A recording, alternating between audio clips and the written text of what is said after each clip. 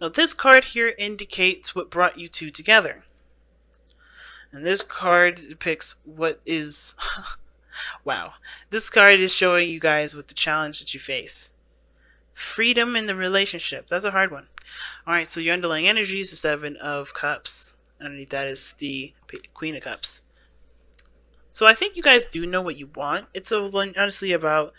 It's because usually how I see the Two of Wands is like, how are you going to get to that place? What places are, how are you going to execute your journey? What are your plans to execute where you're going to go? Because you already know where you're going. It's just about how you get there. But with the Queen of Cups, it's about being in love, knowing what you want, being aware of how you feel, letting your emotions go through you, not letting it get all stopped up and bulky and constipated, you know what I mean? Just letting those emotions just go through you like melted butter. But with the Seven of Wands coming up, it can indicate that there may be pipe dreams. It can indicate that there is a dream itself that you may be unsure or uncertain of it being, realistic. But definitely uncertainty is the card that is the message I'm getting from this card because of how everything is looking, right? The card that we first got was Release Your Ex. Time has come to clear your energy. And I feel like the reason why there's a need to clear your energy is for there to be at least able to feel like you can make a clear path towards what you want. Now, Capricorn, this being your side or the other person's, depending on how you guys are going to take on this reading here, you got the Hierophant. And this talks about commitment. This talks about, traditions. This talks about, governments, organizations, structures, things that have a solid structure onto it. And you guys go into this relationship knowing that you're committed to it. You're solid and you're stable. You're ready to go. You're more committed. You're so committed to this than ever before. But I feel like this also brings about a lot of changes in your life that will center around this commitment. Some traditions that you may have had prior to the commitment may be changing, right? Maybe changing on how you see the world, what your stances are, what your role may be, right? Even in the relationship. So there's things around you that's changing because of the commitment that you're in. Not because this person's making you, not because this person is telling you that they can't do this without, without you doing X, Y, and Z and completely, compromising a lot of your own beliefs. But this is a change in belief in yourself because you're not connecting to the relationship. You're not committed to just the relationship. You're not committed to just the person. You're committed to who you are and what your true beliefs are based off of what you believe now. And this person that may have differences like age, race, religion, they may have differences other than you. It's inspiring you to change parts of yourself, of traditions in yourself that you've grown up with, not because this person's telling you to or that you need to in order to be with this person, but because you are feeling, there's a truth, there's a part of you that no longer resonates with that sort of, that sort of lifestyle, that sort of routine. So you're changing it, you're adjusting it. And the other person is doing the same thing, but they're seeing this as more of like, not necessarily a loss, but mourning. Like they're leaving behind the old and then, looking towards embracing the future. They see that they have to move away from something. They have to move away. They could be moving away physically. They could be moving away emotionally, right? There's some things that they're having to let go of and move on from. Even though they see that the possibilities of moving forward are endless, right? Because the Six of Swords, they're not moving in a particular direction that dictates what their perspective, what their reach from their travels. But there's unlimited potential, and I believe this person truly believes there's unlimited potential that you and this person can reach together. But there is ultimately something that this person has to let go of. That it's hard for them, but it is necessary when it comes to clearing space. And I feel like you guys are in the same position. Why? Well, because Capricorn, if this is you on the side with the Hierophant, you guys are showing up with the Nine of Swords. This still can be the other person, though. Right? This person's very stressed out. The sleepless nights, they're up all night, really stressing out about things, right? Really, maybe having doubts about things, and that's why a lot of this person's, belief systems or traditions are changing. If this is not you. You know what I mean? If this is you, this is why a lot of your things are changing, because I feel like you're up all night realizing and having doubts on where you stand because things are not making sense. Or maybe it's, with this sort of commitments that you have, it's not allowing you to move forward. And the reason why I say all that is because what brought you two together is because of the things that you have dedicated your lives to, things that you have attached yourselves to, right? Both of you guys have had attachments in your life that have kept space, that have made space in your life, that not made space, but have kept up space in your life. And of course, it was needed. Whatever this was, whatever this relationship was, whatever this situation was, circumstance, whatever. In a way, it was needed for you, but it was taking power away. That's why there's a need for change in this moment. That's why there's a need for you to release things.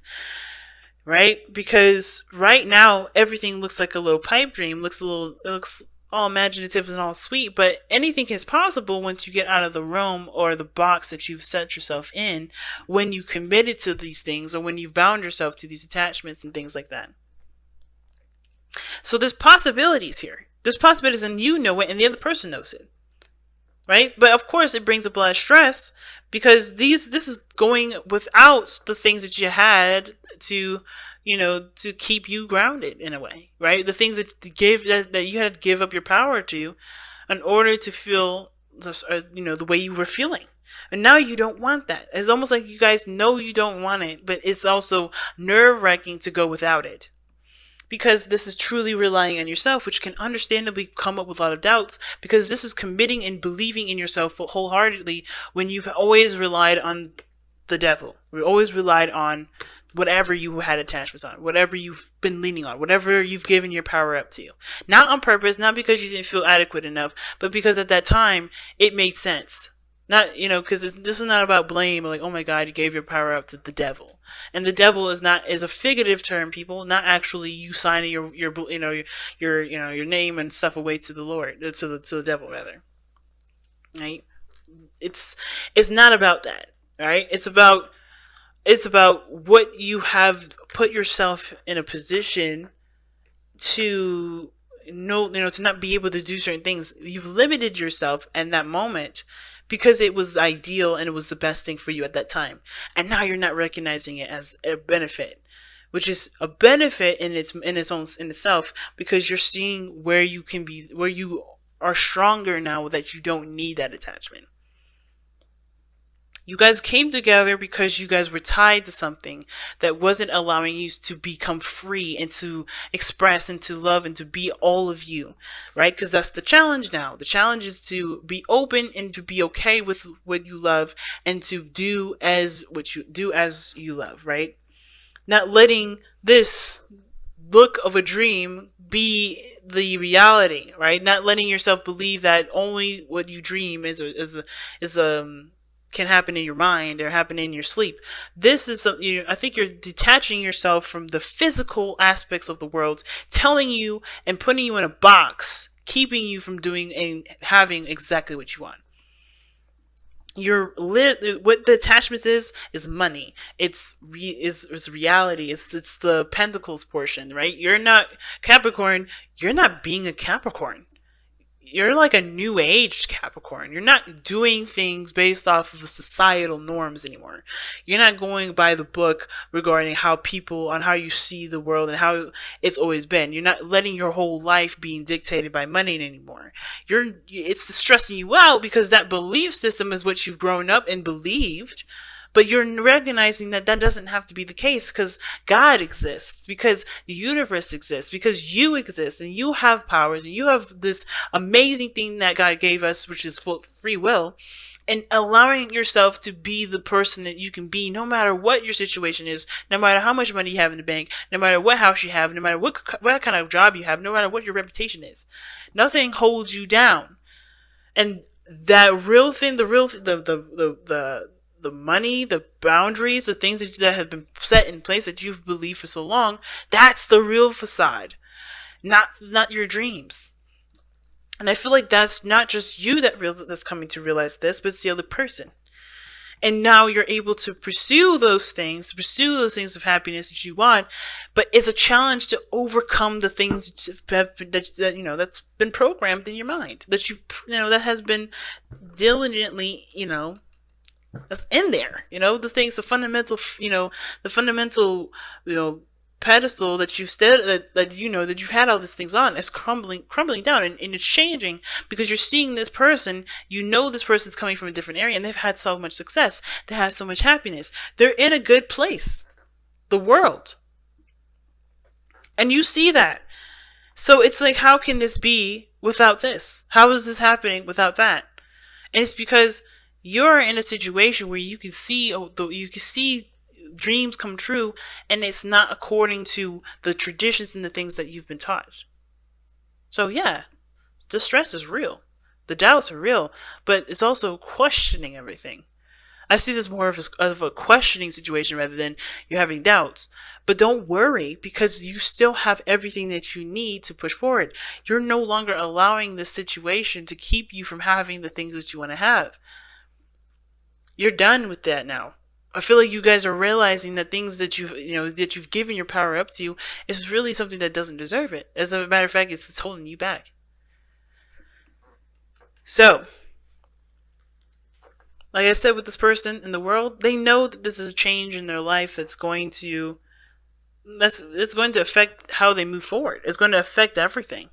This is their whole world and their whole life changing before their very eyes, and they're open to the change because whatever they needed in the past, they realized that it was something that they obviously loved, they respect, they honor, but ultimately it can't come with them because they know that all they need is themselves, not the attachments. That's not the stuff that that they had to believe, that they are tradition and the traditions taught them. They're learning to accept a new world. It's a change in their life too. So the reason why this person is coming up like this with the world and the Six of Swords and their mindset going into this relationship is because of the Nine of Pentacles. They're leaving a comfort zone, right? That's why this person is, they know this change is done, right? They know that this is not something that they can take with them. This is attachments that they can't take with them. Why? One, because it's boring. And it's not getting them anywhere. It gave them what they needed, which was their sense of self, their confidence, their independence, right? They had to understand who they were and who they are.